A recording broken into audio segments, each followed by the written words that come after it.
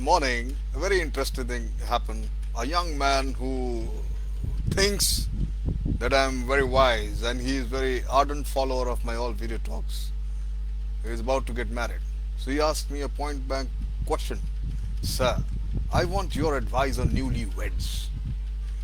In general and more specifically, my views on sex, the sex. Although I've spoken many a times, but let me summarize here for all my viewers. We all know that the modern world discusses sex facts and functions very freely. Every information is available in the net and in your cell and your palm top only. Very conflicting, very confusing. The best way to uh, confuse a man and give least information is to flood with him, her or him with information.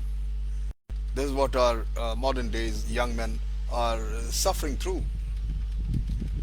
I feel despite present day availability of information and frankness, many of those who thinks that they know most about this subject are dangerously misinformed. I'm convinced. So let me quiz my audiences, my friends. You quiz yourself on the questions I'm going to ask, just to know where do you stand. Ask these questions to yourself. First, difference in physical size causes sexual incompatibility in marriage. Second, it is dangerous to have sex relations during a woman's menstrual marriage. Period. Third, there is no sex life for a woman after the menopause. Fourth, sex relations should take place only when the woman wishes it. Fifth, it is normal for a woman to initiate relations with her husband. Sixth, pregnancy can occur even though neither partner reaches a sexual climax. Seventh, unresponsiveness is in sex relations helps prevent pregnancy. Eighth, pleasure from the sexual climax varies greatly from time to time in the same person. My friend, the first four statements or questions are simply false. 5 and 6 are true. Even the 7 is false and 8 is true again. Anyone who has 3 or more of these facts wrong should seek experts' advice immediately.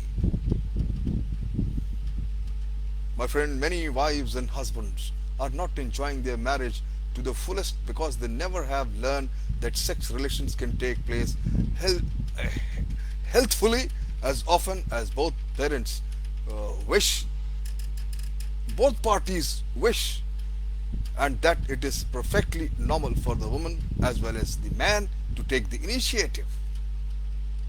Every couple should know that pleasure and other emotional reactions do not influence conception, and the intensity and length of reaction vary decidedly from time to time. Few couples I've met and I've known, I've spoken to them, have ever considered that there are psychological as well as physical factors to take into account. That satisfying sex relationship depends upon more than just knowing about technique, my friend. A conditional emotional frigidity, for example, may occur in women because of a lack of privacy. In my country, overcrowded living quarters restrict the chance of marriage intimacy. Couples should recognize this and make provisions for absolute privacy. Unresponsiveness can result when there is a mental block caused by poor timing. The average wife feels more relaxed and free of tensions in the evenings. A man usually feels most rested and refreshed in the morning, just when his wife is concerned with getting up to prepare tea, breakfast, and get the youngsters off to school. Compromise is the obvious solution, my friend, with each partner trying to cater to the other's preferences. Another common danger facing couple is letting sex become perfunctory. Where spontaneity is gone, sexual relations can become as monotonous as washing dishes, my friend. Often couple in ignorance secretly and wrongly blame each other for the situation in which they find themselves. Men actually still blame their wives for bearing only daughters. So sad. Women without children often inwardly accuse their mates of some premarital excesses which they imagine has robbed the husband of the ability to give them children. What nonsensical beliefs! But they are prevalent. Both frequently nurse these and other grievances in silence, never dreaming of the damage they are doing to their physical happiness and, of course, to their marriage. When difficulty seems insoluble, husbands and wives together should seek, with the advice of the family physician, the professional help that is available to them. If this luxury is not available, at least they can seek advice of their senior members of the family. They should not try to establish the blame, but to find the answer, and by every means to get over the dangerous impasse which is little learning about sex may have brought. Whenever a couple confess disappointment in marriage, my friend, and admit that a sexual relationship is not what we thought it would be, I realize they do not know what full sex experience in love is. Actually, they do not know. One bewildered man, he's told me that we read all the modern books, we have read all the modern instruction manuals and everything available. We should know the score. Then, as the afterthought, he suggested the key to the puzzle confronting him and his wife. Sometimes I think the literature itself may be the root of all our troubles. If you weren't always reading about what love should be, perhaps we should be a good deal more satisfied with what we have.